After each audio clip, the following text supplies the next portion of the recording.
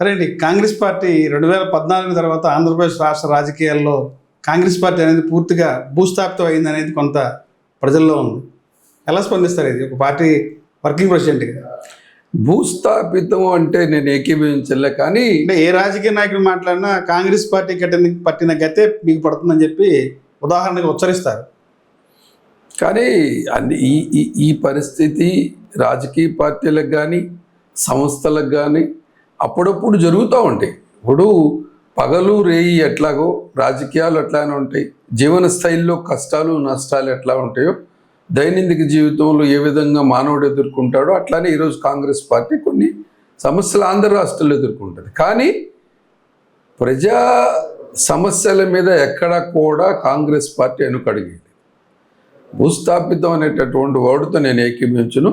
కానీ కాంగ్రెస్ పార్టీ అపోజిషన్లో ఉన్న బలంతో దొంగలు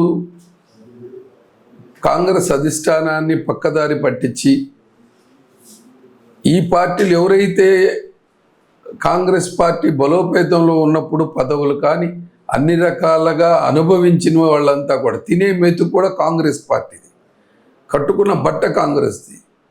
వీళ్ళు కాంగ్రెస్ పార్టీ గురించి మాట్లాడుతూ ఉంటే దయాలు వేదాలు వదిలించినట్టు. కానీ ఒకటి, ఈ పార్టీకి ఉన్న చరిత్ర వేరు. ఒక్కసారి ఈ పార్టీ చరిత్ర చెప్పుకోవాల్సిన అవసరం ఉంది.